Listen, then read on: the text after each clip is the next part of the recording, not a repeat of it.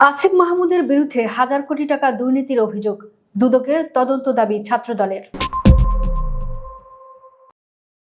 সাবেক উপদেষ্টা আসিফ মাহমুদ সজীব ভুঁইয়ার বিরুদ্ধে হাজার কোটি টাকা দুর্নীতির অভিযোগ তুলে তার বিচার ও দুর্নীতি দমন কমিশনের মাধ্যমে তদন্তের দাবি জানিয়েছেন জাতীয়তাবাদী ছাত্রদলের সাধারণ সম্পাদক নাসির উদ্দিন নাছির।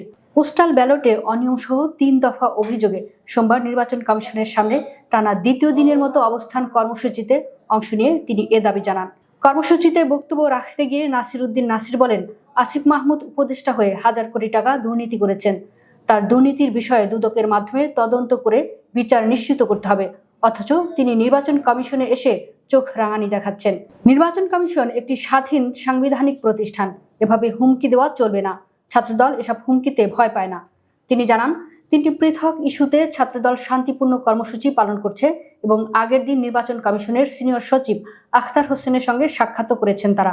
পোস্টাল ব্যালট নিয়ে অভিযোগ তুলে নাসির উদ্দিন বলেন, 2018 সালের নিশিরাতের নির্বাচনে আওয়ামী লীগ ও ছাত্রলীগের নেতাকর্মীরা নিজেদের বাসায় ব্যালট রেখেছিল। দুঃখজনকভাবে 2026 সালে এসে আমরা জামাতের বাসাবাড়িতে ব্যালট দেখতে পাচ্ছি। এটি আবারও 2018 সালের নির্বাচনকে স্মরণ করিয়ে দেয়। তিনি দাবি করেন, বৈঠকে নির্বাচন কমিশন পোস্টাল ব্যালটে অনিয়মের বিষয়টি স্বীকার করেছে এবং তা দূর করার আশ্বাস দিয়েছে। তবে ব্যালট কিভাবে বাসাবাড়িতে পৌঁছেছে সে বিষয়ে কমিশন কোনো স্পষ্ট ব্যাখ্যা দিতে পারেনি। নাসির উদ্দিন নাছির বলেন, আমরা নির্বাচন কমিশনকে স্পষ্ট করে বলেছি, নতুন রাজনৈতিক দল গঠনকারী কারো চোখ রাঙানিতে ভয় পাবেন না। আপনারা হৃৎপিণ্ড শক্ত রাখুন এবং দায়িত্বশীল ভূমিকা পালন করুন। এদিকে শাহজালাল বিজ্ঞান ও প্রযুক্তি বিশ্ববিদ্যালয়ের উপাচার্যের ভূমিকা নিয়েও তীব্র সমালোচনা করেন ছাত্রদল নেতা। তিনি বলেন, ভিসি কিভাবে এত মিথ্যা কথা বলেন, আমরা বিস্মিত। গত 5 জানুয়ারি শিক্ষা মন্ত্রণালয় থেকে একটি চিঠিতে 12 ফেব্রুয়ারি পর্যন্ত শাবিপ্রবির ছাত্র সংসদ নির্বাচন স্থগিত রাখার নির্দেশনা ছিল, কিন্তু সেই চিঠির বিষয়টি তিনি কাউকে জানাননি। অভিযোগ করে নাসির বলেন, ওই চিঠির বিষয়ে গোপনে ছাত্র শিবিরকে অবহিত করা হয়।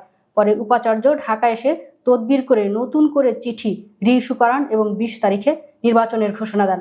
অথচ নির্ধারিত সময়ের মধ্যে 6 দিন কোনো প্যানেল প্রচারণাই চালাতে পারেনি। তিনি প্রশ্ন তুলে বলেন, প্রচারণা ছাড়া কিভাবে একটি প্রতিনিধিত্বমূলক নির্বাচন সম্ভব?